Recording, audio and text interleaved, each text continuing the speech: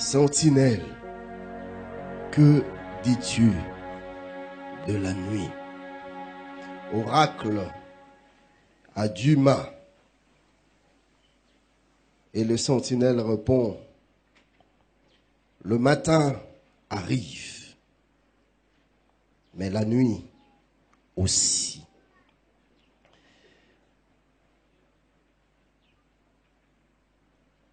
Le dimanche passé, nous étions en train de voir le ténèbre, la nuit qui pèse dans le monde.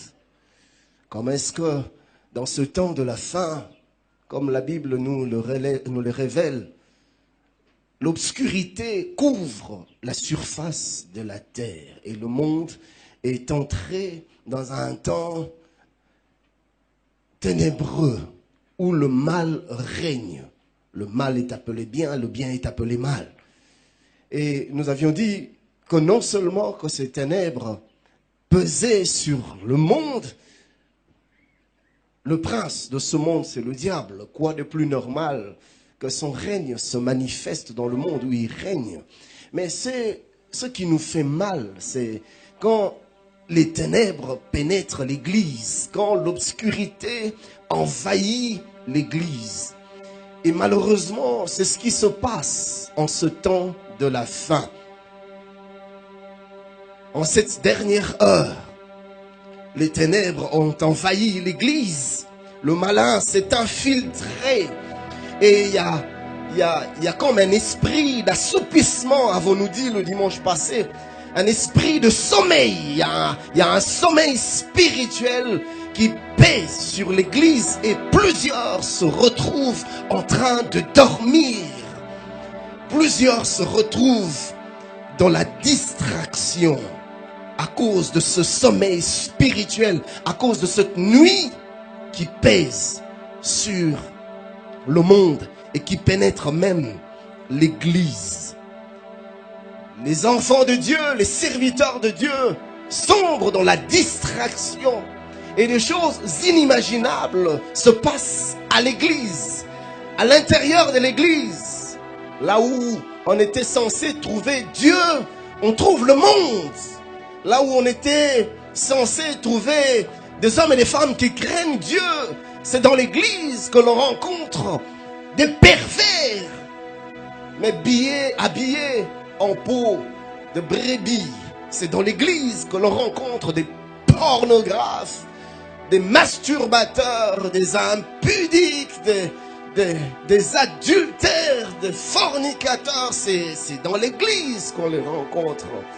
Et pire, c'est du haut de la chair des hommes et des femmes qui tiennent le micro et qui prétendent parler de la part de Dieu, vivent loin de Dieu, trahissent l'alliance avec le Très-Haut.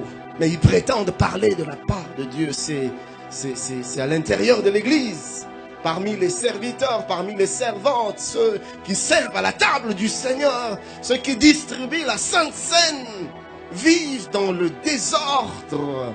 Ceux qui chantent pour le Seigneur, ceux qui prient à l'intercession dans nos départements, c'est là que l'on rencontre des hommes et des femmes qui vivent loin de Dieu, mais qui prétendent appartenir à Dieu. Et nous étions en train de dire que c'est le genre de choses qui arrivaient quand le sommeil spirituel pénètre l'Église. Et le dimanche passé, nous avions commencé par voir 6 indicateurs qui nous montrent que véritablement le sommeil est entré dans l'Église. Et quand dans la vie d'une personne, d'un enfant de Dieu, le sommeil spirituel commence à régner, la nuit commence à régner, il y a des indicateurs qui nous permettent de le comprendre, de le voir et de le remarquer. Et nous en avions parlé de 6. En fait, nous avions promis de parler des 6, mais nous en avions parlé, si j'ai bonne mémoire, de 4. Et aujourd'hui, nous avons parlé de 5, n'est-ce pas? Oui, le premier c'était l'insensibilité par rapport au péché. Autrefois tu ne supportais pas, mais ça fait un temps que tu es à l'aise de choses que tu refusais mais que tu approuves et tu es à l'aise. Tu n'as plus la sensibilité d'autrefois, c'est un signe que le sommeil spirituel est entré. Et nous avons parlé aussi de l'indifférence quant à la parole de Dieu. Quand l'évangile est prêché, ça ne te fait plus le même effet qu'autrefois. Autrefois tu recevais la parole de Dieu avec empressement. Tu étais un peu comme David qui dit, je suis dans la joie quand on me dit allons dans la maison du Seigneur. Quand le dimanche arrive, ton cœur était dans l'empressement de venir dans la présence de Dieu, d'écouter la parole de Dieu. C'était ta joie, tu aimais les Écritures. Tu pouvais passer des heures devant de ta Bible. Tu pouvais passer des heures à écouter des prédications, à suivre des vidéos où on prêche l'évangile. C'était une passion pour toi, c'était... Mais depuis un temps, ces choses ont disparu et tu es même devenu insensible à la parole. Même quand on prêche des choses dans lesquelles tu es insensible. C'est un signe que le sommeil spirituel a pris place. Et le deuxième indicateur, nous avions parlé de la conformité au monde, le conformisme. On se comporte, on emprunte, au lieu que le monde vienne puiser à l'église pour imiter. Non, c'est l'église qui rentre dans le monde, prendre ce qui est du monde et ramener dans l'église. Et troisièmement, on a parlé de mélange. Un pied dedans, un pied dehors. On ne sait plus t'identifier. On ne te reconnaît plus. On ne sait plus dans quoi tu es. Ça me rappelle Élie qui dit, mais si Baal est Dieu, allez après Dieu. Si c'est l'Éternel, allez après l'Éternel. Mais arrêtez de clocher de deux côtés. Quand le sommeil entre, on se met à mélanger. De jour on est avec le Seigneur et de jour on est loin de Dieu. Et on apprend à mixer le deux. On apprend à jouer les deux rôles. On a deux facettes. On a deux vies. Et on tombe dans l'hypocrisie. Le mélange est un signe que le sommeil s'est installé. Et quatrièmement, nous avons parlé de la perte de l'espérance, notre espérance glorieuse. Nous attendons le retour du Seigneur, nous attendons le son de la trompette. Quel jour de gloire quand le Seigneur, mon Seigneur, notre Seigneur apparaîtra dans les airs. La Bible déclare, à la voix d'un archange, au son de la trompette, descendra du ciel. Dieu descendra par son Fils Jésus-Christ et nous allons entendre, la Bible dit, à la voix d'un archange et au son de la trompette de Dieu, les morts en Christ ressusciteront et ensuite nous, les vivants qui seront restés, nous serons tous emportés, enlevés en un clin d'œil, en un instant, nous serons changés, transformés. Ce corps corruptible va revêtir l'incorruptibilité, ce corps mortel revêtira l'immortalité et en un clin d'œil, pouf!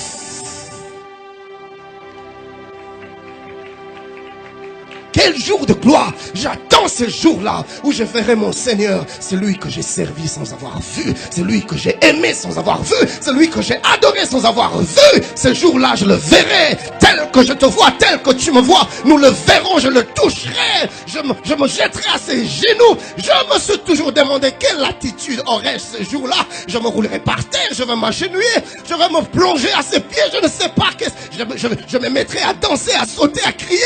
Qu'est-ce que je ferai ce jour-là quand enfin je serai en face du Créateur de l'univers, El Shaddai, El Olam, El Ohim, Jéhovah Jireh, Jéhovah Sabaoth, Tsidkenu. Quelle attitude aurais-je? Oh Jesus.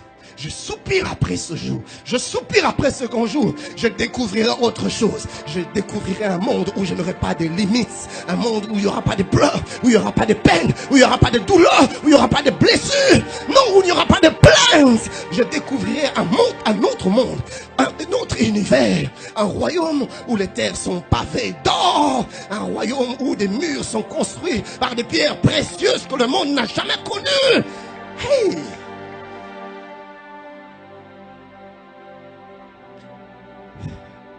Mais quand le sommeil entre, on perd cette espérance.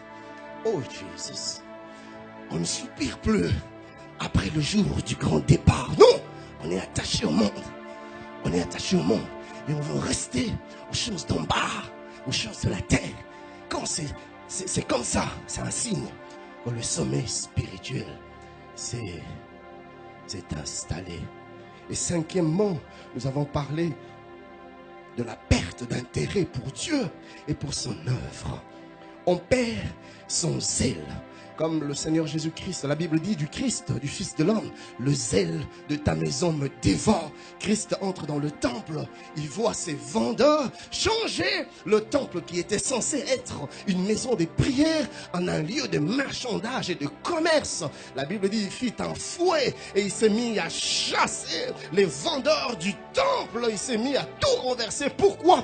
Parce qu'il était consumé, dévoré par le zèle de la maison de Dieu. Et quand le sommeil entre, les ailes partent, on perd l'intérêt. Tu viens à l'église, tu es indifférent. Quand les choses marchent ou qu'elles ne marchent pas, ce n'est pas ton problème, ça ne te dit rien. Tu es indifférent, complètement indifférent. Tu viens, tu pars. Tu ne participes pas à l'avancement du règne de Dieu. Tu ne mets pas ta main à la pâte. Non, tu es indifférent, ça ne te dit rien. Tu sens dans ton cœur aucun besoin de servir Dieu nulle part, ni à l'église locale, ni même de manière personnelle, indépendante. Non, et tu vis paisiblement. Tu es endormi. Autrefois, tu n'étais pas comme ça. Mais quelque chose s'est passé. Oui, le sommeil spirituel s'est installé. Et c'est normal. Tu viens, tu pars. Tu ne fais rien pour Dieu. Rien pour Dieu, mais au contraire, tu veux que Dieu fasse tout pour toi. Tu jeûnes, tu pries, tu organises des retraites. Seigneur, fais pour moi. Seigneur, donne-moi. Seigneur, pense à moi. Seigneur, interviens pour moi. Mais qu'est-ce que tu fais pour Dieu? Qu'est-ce que tu fais pour l'œuvre de Dieu? Nous nous plaisons à nous asseoir autour de la table du roi, de nous appeler princes et de nous délecter de mets du roi. Mais nous ne sommes pas motivés à descendre sur le champ de Dieu et mettre la main dans l'œuvre de Dieu. Non. Ça ne nous intéresse pas. C'est parce que nous sommes dans le sommeil spirituel. Nous sommes endormis. Dieu désire avoir des fils, certes, mais il cherche aussi des serviteurs. Nous sommes des fils, nous avons des droits, mais nous sommes aussi des esclaves et nous avons des obligations. Nous devons jouir des bienfaits de Dieu, c'est notre droit, c'est notre part, c'est notre héritage. Mais nous devons aussi servir dans le champ de Dieu.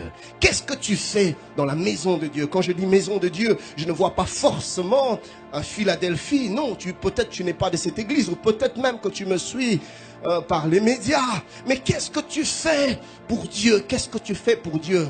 Peut-être pas forcément de manière formelle dans une structure, mais toi-même, qu'est-ce que tu fais pour Dieu? Que fais-tu pour Dieu? Quand le sommeil spirituel entre, on perd l'engouement pour l'œuvre de Dieu. Non seulement que l'on perd le zèle pour le service, mais on n'a plus de vie de prière, on se lève, on commence la journée, on revient, on s'endort. On n'a plus le temps de passer avec Dieu. Bien-aimé, vous n'avez aucune idée de combien le Seigneur soupire après ce temps que tu passes avec lui. Dieu languit, il soupire, il désire ce temps d'intimité avec lui. Et Dieu te cherche matin, midi, soir. Il espère que tu viennes un jour passer du temps avec lui. Il aime ça. Mais quand le sommeil spirituel vient, ces choses disparaissent. Plus de vie de prière. On devient mécanique. On devient, j'allais dire, professionnel. C'est-à-dire, je maîtrise, je connais, je sais comment ça se passe. Je sais comment ça fonctionne. Et j'ai vu même des hommes de Dieu qui se sont mis à servir Dieu de manière mécanique. Ils ne cherchent plus Dieu. Ils viennent à la chair pour prêcher, ils ne prient pas. Comment peux-tu servir Dieu sans Dieu? Comment peux-tu parler de Dieu sans Dieu? Comment peux-tu servir Dieu sans Dieu? Comment? Plus le temps pour chercher Dieu. C'est parce que le sommeil est entré. On n'a plus de temps pour les Écritures. Non, la dernière fois que tu as ouvert le Saint-Livre pour chercher à pénétrer la pensée du Seigneur remonte à quand, dis-moi, à quand? À quand? Remonte la dernière fois que tu t'es assis pour te rendre disponible à écouter les oracles de Dieu par les Saintes Écritures. Quand? Oh Seigneur, aide-nous, aide-nous, aide-nous, aide-nous Seigneur, aide-nous. J'aime ma femme, j'aime ma femme. Quand je suis loin et qu'elle m'écrive des mots d'amour, et je suis sûr que c'est le cas aussi pour elle, je suis capable de lire et de relire ce que ma femme me dit. Je suis capable. Quand on est amoureux, on ne se lasse pas de lire les mots d'amour de son amoureux ou de son amoureuse. On revient dessus, on lit, on relit. Avant de dormir, on jette un dernier coup d'œil. Vous savez, c'est bizarre, on a l'impression qu'il y a des mots qui vont se rajouter. Non, les mots ne vont pas se rajouter, c'est les mêmes que tu as lus le matin. Mais le feu de l'amour te pousse et te repousse à lire et à relire les mots de ton bien-aimé, de ta bien-aimée. Quand on aime, on accorde une importance particulière aux messages, aux écrits, aux lettres de son bien-aimé, de sa bien-aimée. Et comment puis-je dire que j'aime Dieu si je suis indifférent aux mots, aux messages qu'il m'envoie? Comment? Comment? Il n'y a qu'une seule réponse. Il n'y a qu'une seule réponse. C'est le sommeil spirituel. Le sommeil spirituel. On perd la vie de l'église. On commence à venir dans la maison de Dieu avec des lestages. Cette semaine, j'ai assisté. La semaine prochaine, je n'assisterai pas. Oh, Jesus. Le dimanche matin, tu t'empressais pour aller à la maison de Dieu. Mais maintenant, écoute des excuses. Écoutez, bien-aimés, on travaille toute la semaine. J'ai un horaire chargé. J'ai trop de trucs à faire. Les dimanches, c'est mon seul jour où je me repose. Je fais la grâce matinée. Aïe. Fais la grâce matinée. Nous avons 2 cultes. Dors jusqu'à 8 heures. Ou même jusqu'à 9 heures si tu veux. Et viens au culte de 10 heures. Ou va ailleurs où on prie même le soir. Non. Mais le matin, tu te lèves très motivé. Je vais faire du sport. Hein. Je vais faire un peu du sport. Hein. Le corps a besoin du sport. Hein. Ouais. Au réunion où les enfants de Dieu se rassemblent pour adorer le Père, tu es absent. Tu as toutes les réunions. Dans les clubs d'amis, tu es là. Dans le club de sport, tu es là. Dans les réunions d'affaires, tu es là. Dans les réunions du travail, tu es là. Toujours présent, ponctuel. Mais dans les réunions spirituelles, où les enfants de Dieu adorent le Père, tu trouves de raisons pour ne pas y être. Il n'y a qu'une seule réponse. Le sommeil. Le sommeil spirituel.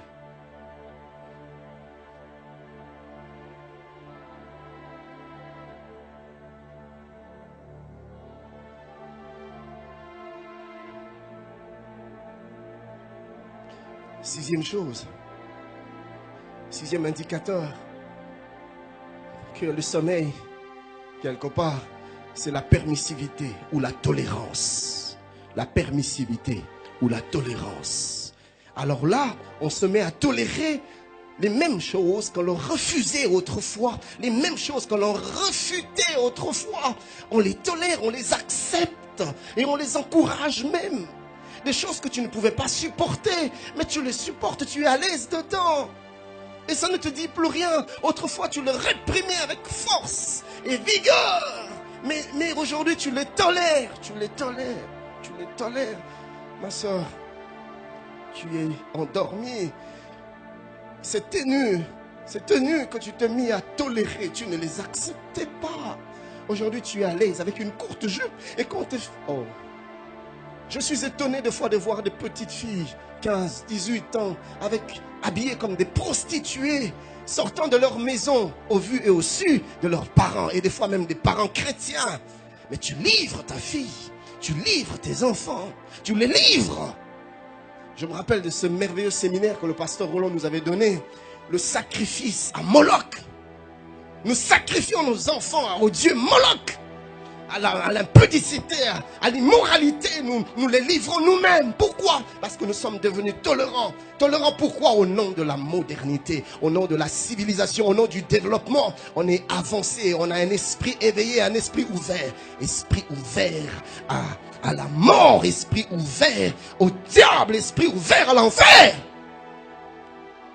tu livres tes enfants et tu crois que tu es émancipé, tu crois que tu es développé. Écoutez, l'Occident ne nous a pas amené que de bonnes choses. L'Occident nous a amené aussi la mort. Oui, l'Occident nous a amené la mort. Les mêmes personnes qui nous ont amené la vie, ils sont revenus pour nous apporter la mort. Maintenant, ils détruisent la vie qu'ils nous ont amenée. Ils installent la mort. Je ne sais pas si vous avez vu, tous ces jours-ci, il y a un message qui circule particulièrement sur WhatsApp. Je l'ai reçu sur mon WhatsApp, où on parle des dessins animés dans des chaînes pour enfants, mais des dessins animés qui font la promotion de l'homosexualité. Où on voit des hommes ou des garçons, entre garçons s'embrasser, s'amouracher, des filles entre elles. Et en fait, leur logique, d'après ce que j'ai lu plutôt un baiser à la fois. Nous allons aller petit à petit. Pendant que nous sommes en train de dormir, le diable, lui, ne dort pas. Il monte des stratégies, il travaille pour détruire la société. Et je l'ai eu à le dire ici, je crois que c'était lors des études bibliques des mercredis. Le diable, il a une stratégie. Quand il veut imposer son règne, il commence d'abord par vous exposer à cela. Il vous expose à cela. Il vous expose à l'homosexualité au départ. Vous êtes réticents. Vous ne permettez pas, vous n'autorisez pas. Mais à force de le voir, vous commencez à vous habituer. Dernièrement, je venais de quelque part, j'allais dans une autre ville, dans un pays en dehors d'ici, de là où j'étais assis. J'ai vu deux gaillards, deux jeunes hommes, bien forts, bien virils. Et à un moment donné, je les ai vus, l'un pose sa main sur la cuisse de l'autre, l'autre pose sa main sur la cuisse de l'autre, ils se mettent à se caresser. J'avais un sentiment ambigu, à la fois j'étais fâché, à la fois j'étais triste, à la fois j'avais de la compassion, à la fois j'étais révolté. Mais c'était leur vie, voilà, ça c'est l'ennemi. Il nous expose à ça, il nous expose et à force de voir ces choses, à force d'entendre ces choses, maintenant ça ne nous dit plus rien. Écoutez, je vais vous donner un exemple. Ici, dans un lieu public, quand vous voyez un homme et une femme s'embrasser, donc vous êtes choqués, vous ne supportez pas. Mais sous d'autres cieux, quoi de plus normal? Dans des bus, dans des métros, sur des places publiques, les hommes et ces femmes se livrent à des choses inimaginables. Des hommes et des femmes qui ne sont de surcroît même pas mariés, mais ils vivent librement. Et pour tout le monde, c'est normal.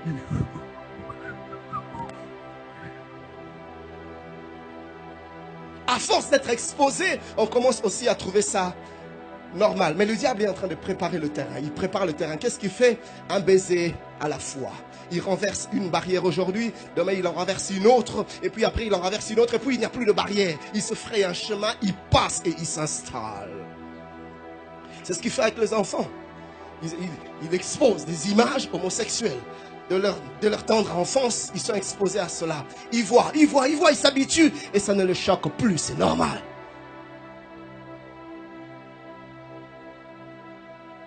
On parle aujourd'hui de toilettes mixtes. Il ne faut plus mettre des indications, toilettes pour hommes, toilettes pour femmes. Non, il faut laisser la liberté à chacun d'aller là où il veut. S'il est homme, mais en lui c'est sans femme, laissez-lui aller dans les toilettes de femmes.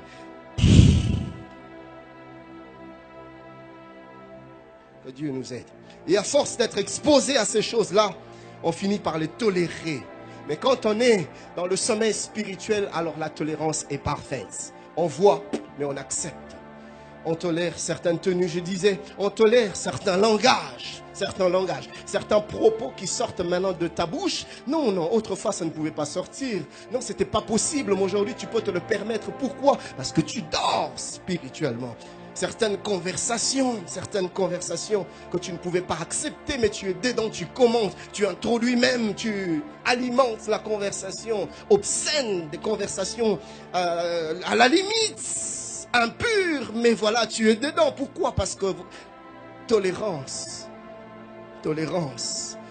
des conversations ambiguës, je disais, et particulièrement avec des sexes opposés, sur des réseaux sociaux, sur ton WhatsApp. Qu'est-ce que tu dis quoi? Et vous parlez des choses à la limite de l'acceptable. Mais ce n'est pas ton épouse, mais ce n'est pas ton mari. Et on tolère. Oh, pasteur, il ne faut pas exagérer, c'est une amie. Qu'est-ce que tu crois, pasteur? Je crois que tu dors. Oui, je crois que tu dors. Ou même certaines fréquentations. Si je veux savoir qui tu es, je n'ai qu'à jeter un coup d'œil sur le genre de personnes que tu fréquentes. Va dans un deuil. Tu connaîtras la vie que la personne a menée par le genre de personnes qui vont venir dans le deuil, par le genre de personnes qui vont animer. Si tu vas dans le deuil, dans un deuil, et tu vois des gens chanter Madeleine, Madeleine, ah bien, c'est un système.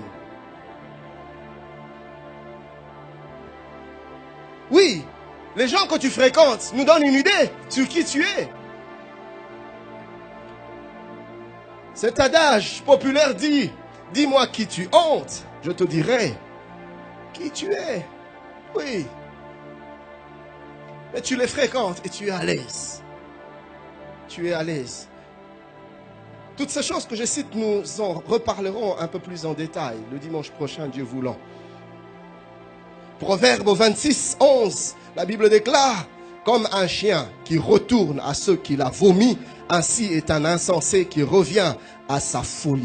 Des choses que tu avais vomi autrefois, tu retournes, tu les tolères, tu les acceptes. C'est tout simplement parce que tu t'es laissé emporter par un sommeil spirituel. 2 Pierre 2, 22 nous dit la même chose. Il leur est arrivé ce que dit un proverbe vrai. Le chien est retourné à ceux qui l'avaient vomi et la truie lavait ses vautrés dans le bourbier. Je prie le Seigneur qui nous donne encore aujourd'hui des hommes et des femmes de la race de Daniel. Quand je lis Daniel 11, 32, la Bible déclare, mais ceux du peuple qui connaîtront leur Dieu agiront avec fermeté. Oui, Dieu cherche des hommes fermes, des hommes déterminés. Ils savent ce qu'ils veulent, ils savent où ils vont. Et ils ne tolèrent pas certaines choses qui ne sont pas tolérables. Ils sont fermes. Pourquoi? Parce qu'ils ont un but, ils ont un objectif. Ils savent là où ils vont. La Bible déclare, Moïse, âgé de 40 ans, l'âge de la maturité, a refusé d'être appelé fils de la fille de Pharaon. Pourquoi? Parce qu'il avait des yeux fixés sur quelque part, sur la rémunération. Il avait un objectif et il était ferme, il était déterminé. Il y a des choses qu'il ne pouvait pas accepter, il y a des choses qu'il ne pouvait pas tolérer. Laissez-moi commencer par vous parler aujourd'hui et nous allons continuer le dimanche prochain. Dans le dimanche prochain, c'est le pasteur Roland qui va prêcher. Le dimanche d'après, Dieu faisant grâce. Je voudrais nous parler de quelques causes du sommeil spirituel. Quelques causes du sommeil spirituel. Qu'est-ce qui est à la base? Qu'est-ce qui amène le sommeil spirituel? Qu'est-ce qui fait que certains sont comme dans ce cycle, un peu comme le prophète dit, le matin arrive, mais la nuit aussi. Et sur le plan spirituel, c'est ce cycle de haut et de bas. Aujourd'hui, il se lève, demain il tombe, après-demain il se relève. C'est une vie oscillante comme ça, fait de haut et de bas. Il n'est jamais stable, il n'y a pas de constance. Il n'est pas constant dans sa vie chrétienne. C'est toujours une vie de vagues. Mais qu'est-ce qui fait ça? Qu'est-ce qui est à la base? Qu'est-ce qui favorise cet état spirituel? Je vais nous parler de 2 choses. Premièrement, je vais nous parler de l'environnement spirituel pollué. Oui, quand ton environnement spirituel est pollué, tu te retrouves dans le sommeil spirituel. Deuxièmement, je nous parlerai de la malnutrition spirituelle. La malnutrition spirituelle. Commençons par un environnement spirituel pollué. Nous sommes dans les livres de Psaumes, le chapitre 1er, le verset 1er. Le psalmiste dit, heureux l'homme qui ne marche pas selon le conseil des méchants, qui ne s'arrête pas sur la voie des pécheurs. Non, il ne s'arrête pas sur la voie des pécheurs. Et qui ne s'assit pas en compagnie des moqueurs. Français courant dit, heureux qui ne suit pas les conseils des gens sans foi ni loi. Qui ne s'arrête pas sur le chemin de ceux qui se détournent de Dieu. Non, il ne s'arrête pas. Il ne s'arrête pas. Et qui ne s'assied pas avec ceux qui se moquent de tout. Non, il est sélectif dans ses amitiés. Il est sélectif dans ses fréquentations. Il sait qui côtoyer, qui fréquenter. Il fréquente pas n'importe qui. Il n'est pas partout avec n'importe qui. Non. J'ai l'habitude de dire aux amis, écoutez, nous sommes peut-être tous enfants de Dieu, croyez-moi. Mais nous ne sommes pas obligés d'être tous amis. Non, non. Il y a des amitiés que j'ai refusé de contracter parce que ça sera pour moi une mauvaise influence. Nous devons savoir que l'environnement obscène, l'environnement pollué L'environnement, je précise l'environnement des païens, est très nocif à la spiritualité. Je ne dénigre pas le païen, je prie pour la conversion des âmes perdues. Mais je suis en train de parler de ce qui cause nos chutes spirituelles. C'est cet environnement-là.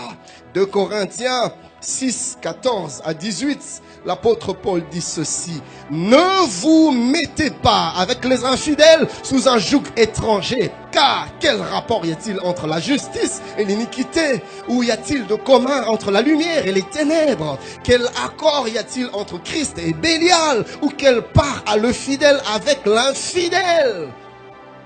Du même passage, français courant dit: n'allez pas vous placer sous le même joug que les incroyants, d'une manière absurde. Comment en effet ce qui est juste pourrait-il s'associer à ce qui est mauvais? Comment la lumière pourrait-elle s'unir à l'obscurité? Comment le Christ pourrait-il s'entendre avec le diable? Ou bien qu'est-ce qu'un croyant peut avoir en commun avec un incroyant? Quoi? L'apôtre Paul dit: qu'est-ce que vous avez de commun?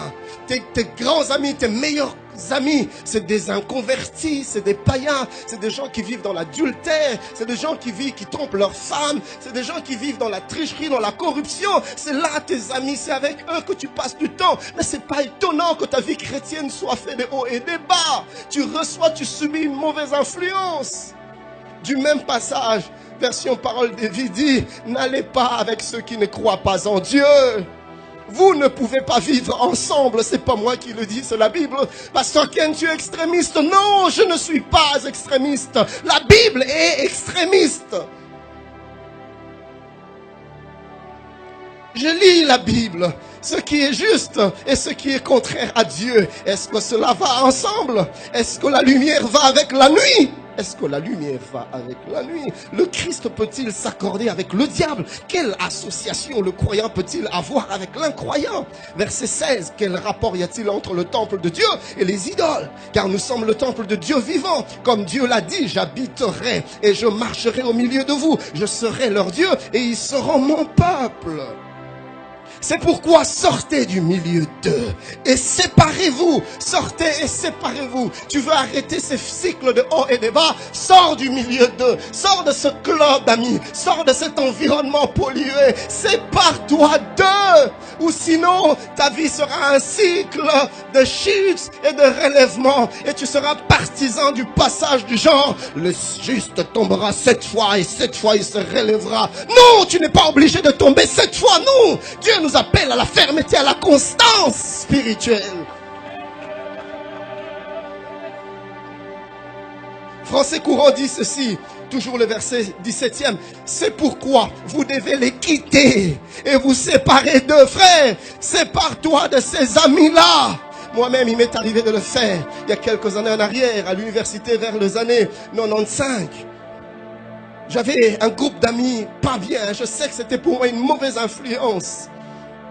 Quand j'allais vers eux, un jour, j'ai entendu clairement le Seigneur me dire: Ken, ne va pas vers ce gens-là. Et je me suis rendu compte que c'était pour mon bien. Je me suis détaché. Ce qui est merveilleux avec Dieu, quand j'ai pris la décision de me détacher de cet environnement, Dieu m'a donné des amis qui sont devenus pour moi des frères jusqu'aujourd'hui. Et des amis qui m'ont motivé à m'attacher à Dieu, qui m'ont motivé à servir le Seigneur, qui m'ont motivé, encouragé à craindre Dieu.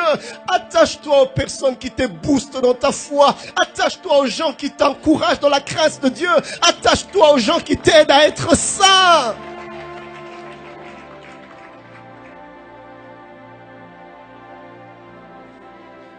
Alfred Cohen dit du même passage, le verset 17e, c'est pourquoi quittez leur milieu, séparez-vous d'eux et tenez-vous à l'écart. Nous sommes des saints, nous sommes des sanctifiés. Cela veut dire que nous sommes des mis à part. Dieu nous a pris du péché de la boue, du péché de l'obscurité, de ténèbres. La Bible dit, il nous a transportés par son Fils Jésus-Christ des ténèbres au royaume, des ténèbres au royaume de son Fils. Et nous devons nous détacher. Tenez-vous à l'écart Dis le Seigneur, n'ayez pas de contact, écoutez, n'ayez pas de contact avec ce qui est impur. Alors je vous accueillerai, je serai pour vous un père et vous serez pour moi des fils et des filles, dit le Seigneur Tout-Puissant.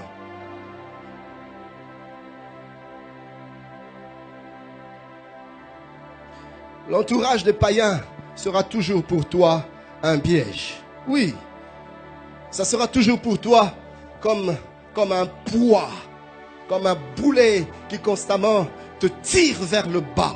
Tu veux avancer. Je me rappelle de mon père qui, il y a des années en arrière, on parlait d'un certain genre de personnes. Il me disait, écoutez, ces gens-là sont comme un panier à crabes. Vous connaissez des paniers à crabes? Prenez des crabes, mettez-les dans un même panier. Aucun ne pourra sortir. Dès l'instant que tu veux sortir, les autres te tirent vers le bas. Dès l'instant que tu veux sortir, ils te tirent vers le bas. L'environnement des païens, c'est comme ça. Moi, j'ai été victime de cet environnement. Je vous ai donné mon témoignage, je me suis converti vers les années 87, 88 par là. Et puis après, quand je suis entré dans l'adolescence, je n'avais pas de bons amis autour de moi. Et les amis que j'avais, mais je ne vous dis pas combien ce qui me tirait vers le bas. J'avais une vie chrétienne en dents de scie, je n'étais pas stable. Jusque vers les années 95, 96 par là, c'est là qu'une certaine stabilité spirituelle a commencé. Mais avant, depuis 87, 88, jusqu'à 94, 95, je n'étais pas stable dans ma vie chrétienne. Combien de fois je me suis relevé? Combien de fois ne suis-je pas tombé? Panier à crabes. Ces gens que tu aimes, tu les aimes, c'est vrai. Mais il y a des choses beaucoup plus essentielles que des relations. Je ne veux pas vendre ma vie chrétienne. Je ne veux pas hypothéquer mon histoire avec Dieu pour des amitiés, pour des relations.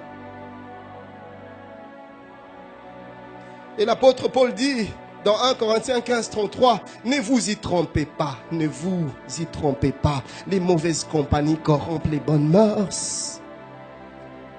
Et Parole de vie dit, attention, les mauvais amis poussent à faire le mal.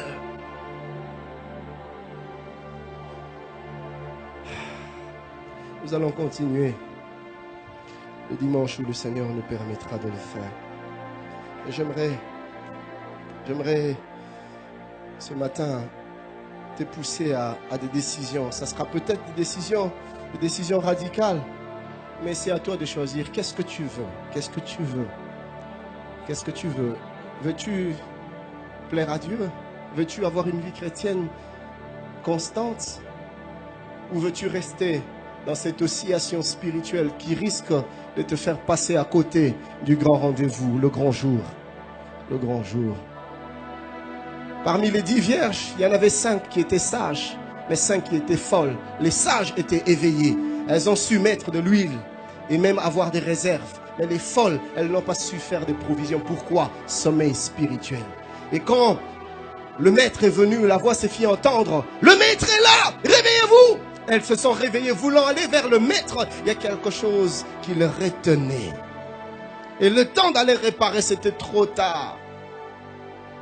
On m'a envoyé une vidéo récemment, une vidéo où on a monté la scène du jour de l'enlèvement. Des journalistes, ça passait à la télé, aux infos. Des journalistes qui disaient, il vient de se produire un événement sur l'échelle mondiale, à l'échelle mondiale. Il y a eu des disparitions, plusieurs personnes ont disparu. Il y a eu des accidents, des embouteillages. Pourquoi? Il y a eu même des avions qui ont connu des crashs parce que les pilotes et les copilotes ont disparu. Et écoutez ce qu'ils disent. Et les pasteurs, certains pasteurs disent que voilà, c'est l'enlèvement. Mais ces pasteurs ne veulent pas répondre à nos interviews. Pourquoi? Parce que quand on leur demande, mais pourquoi vous êtes restés? Ils disent non, nous préférons ne pas entrer dans ce débat-là. Vous voyez? Et puis, on montre comment est-ce que les gens se sont rués dans les églises parce qu'ils se sont rappelés de tous les messages que le pasteur donnait. Et dans les églises, les gens étaient en train de pleurer. Ils pleuraient parce qu'ils se sont rappelés que Dieu avait parlé de ces choses-là. Mais ils s'étaient laissés endormir par le sommeil spirituel. Et quand le Seigneur est venu, ils n'étaient pas prêts. Ils n'étaient pas prêts.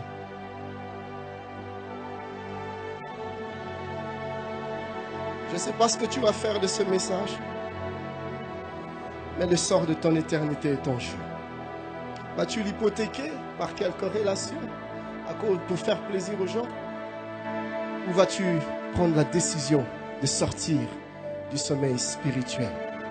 Je nous prie de nous lever tous ce matin.